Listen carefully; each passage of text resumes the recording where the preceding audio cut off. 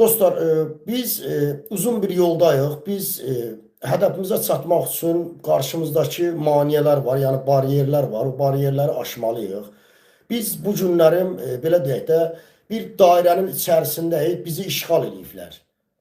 Bizi əməlli başlı işğal ediblər, dairənin içərisindəyik və o dairədə və o bizi dairəyə alanda kimlərdir?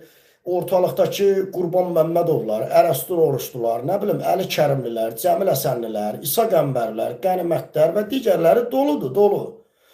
Biz hədəfə çatmaq üçün dostlar, bunlarla əl-ələ versək, çata bilməyəcəyik. Çünki bunlar oyun oynayırlar. Bunlar bizi haqq adı altında, dürüstlük adı altında, qətiyyət adı altında, ləyaqət adı altında, dürüst mübarizə adı altında bu adamlar bizi ələ salırlar, doluyurlar.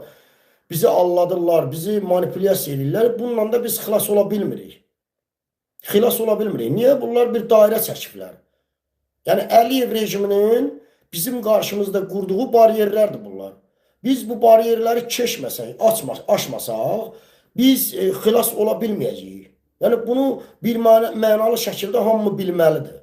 Hamı bunu bura vurmalıdır ki, beyni həkk eləməlidir, saxlamalıdır orada.